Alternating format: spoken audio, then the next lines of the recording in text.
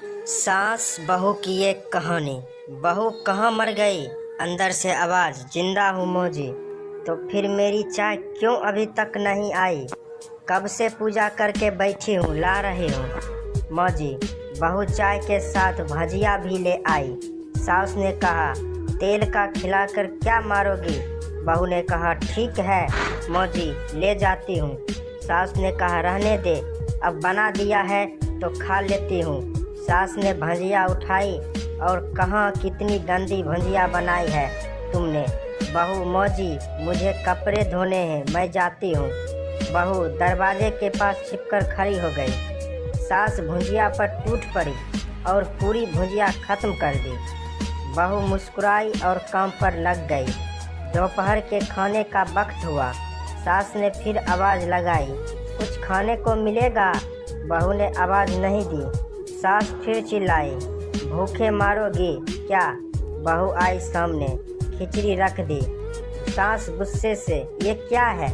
मुझे इसे नहीं खाना है, इसे ले जाओ। बहू ने कहा, आपको डॉक्टर ने दिन में खिचड़ी खाने को कहा है, खाना तो पड़ेगा ही। सास मुंह बनाते हुए, हाँ तू मेरी मोह बन जा। बहू फिर मुस्कुराई और चली गई। आज इनके घर पूजा थी। बहू सुबह 4 बजे से उठ गई।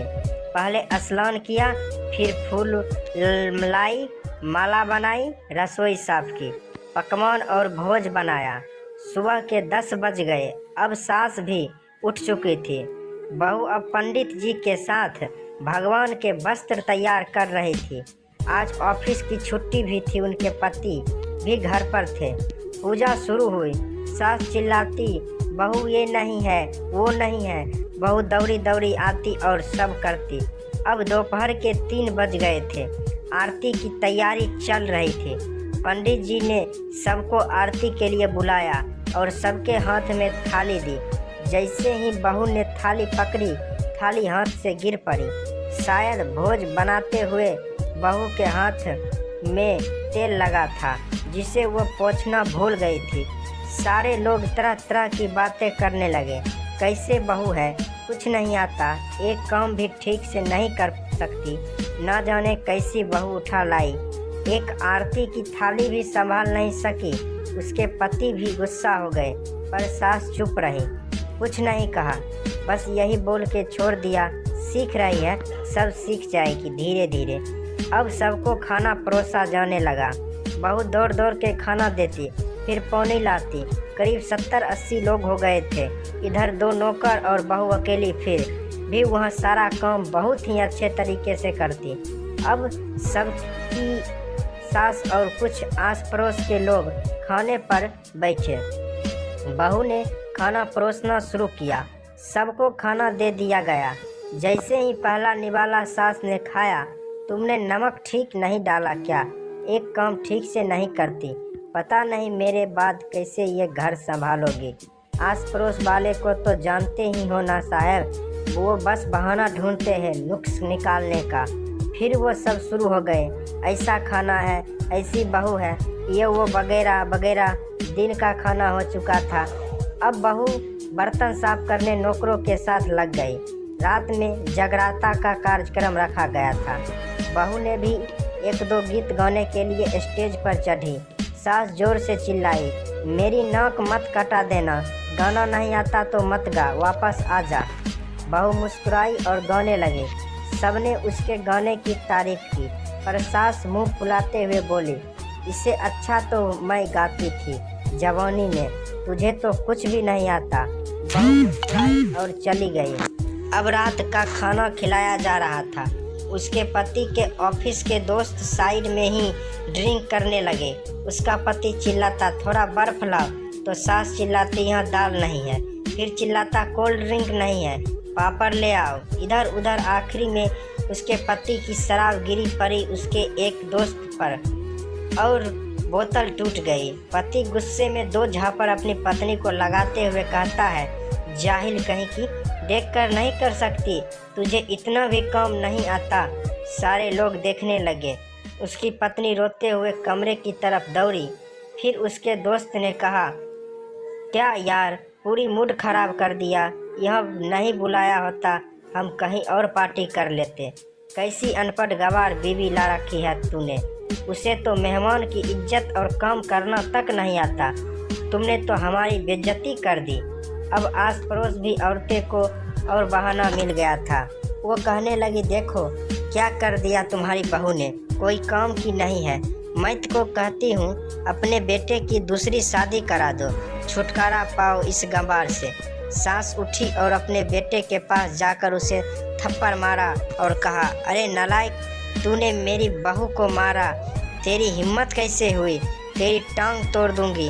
उसके बेटे के दोस्त कुछ कहने ही वाले थे कि उसकी माँ ने घूमते हुए कहा, चुप, बिल्कुल चुप, यहाँ दारू पीने आए हो, जबकि पता है आज पूजा है और तुम्हें पार्टी करनी है। कैसे संस्कार दिए हैं तुम्हारे माता पिता ने। और किसने मेरी बहू को जाहिल बोला, जरा इधर आओ, चप्पल से मारूंगी। अब मेरी बहू को किसने शब्द भी कहा तो, अरे पापी, तूने उस लड़की को बस इसलिए मारा कि तेरी शराब टूट गई। पापी, वो बच्ची सुबह 4 बजे से उठी है, घर का सारा काम कर रही है, ना सुबह से नाश्ता किया ना दिन का खाना खाया, फिर भी हंसते हुए सबकी बातें सुनते हुए, ताने सुनते हुए घर के काम में लगी रही। तेरे यार दोस्त को वो अच्छी नहीं लगी, जूते से मारूंगी। तेरे दोस्त को जो कभी उन्होंने ऐसा कहा, उसके यार दोस्त चुपके से खिसक लिए। अब सास बहू के कमरे में गई और बहू का हाथ पकड़ के बाहर लाई। सबके सामने कहने लगी, किसने कहा था अपनी बहू को घर से निकाल के दूसरी बहू ले आना, जरा सामने आओ। कोई सामने नहीं आया।